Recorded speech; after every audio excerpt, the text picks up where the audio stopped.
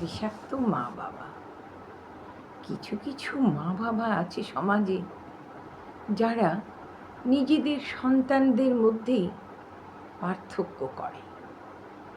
যে ছেলেটি লেখাপড়ায় একটু ভালো তার দিকেই বেশি আদর যত্ন, আর যে ছেলেটি একটু দুর্বল তাকে সব সময় প্রতিটা পদক্ষেপেই অপমান করা, ছোট করা, তুলনা করা, এগুলোই করতে থাকে। কিন্তু বাচ্চাটার মানসিক পরিস্থিতি কি হয়, শিক্ষিত মা বাবা তারা কি কিছুই বোঝে না?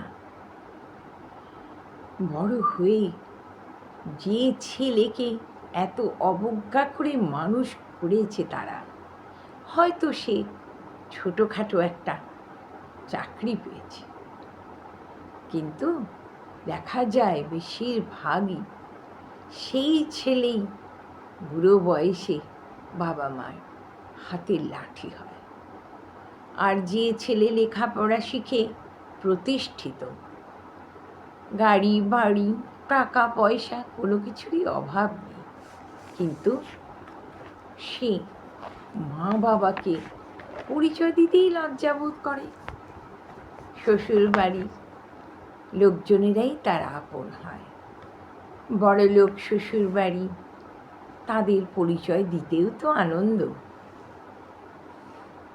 তবে কেন এই বৈষম্য সৃষ্টি করে কিছু সংখ্যক পিতামাতা নিজের পায়েই কুড়োল দেয়? আর একটা জিনিসও লক্ষ্য করা যায়, যার মেয়ে জামাই শ্বশুর বাড়িতে খুবই লাঞ্ছিত, অপমানিত হতেই থাকে, হয়তো অর্থের দিক দিয়ে তারা অত সবল না, সেই মেয়ে জামাই বাড়িতে আসলেও বাবা মা তাদের সেরকম যত্ন আত্মী সম্মান করে না।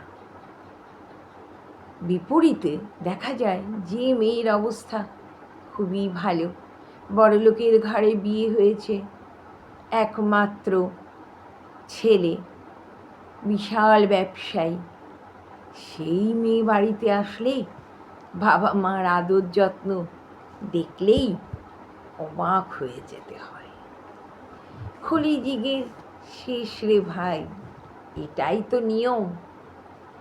সর্বত্রই এখন বিপরীত।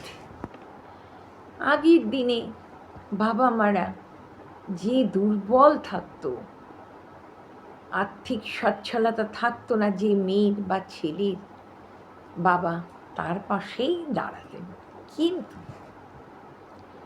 এখন স্বার্থ ছাড়া মানুষ এক পাও নড়ে না।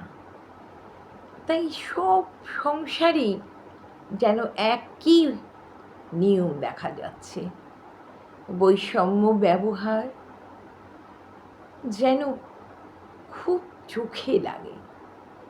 এই কলুষিত সমাজে এগুলো পরিবর্তন হওয়া উচিত।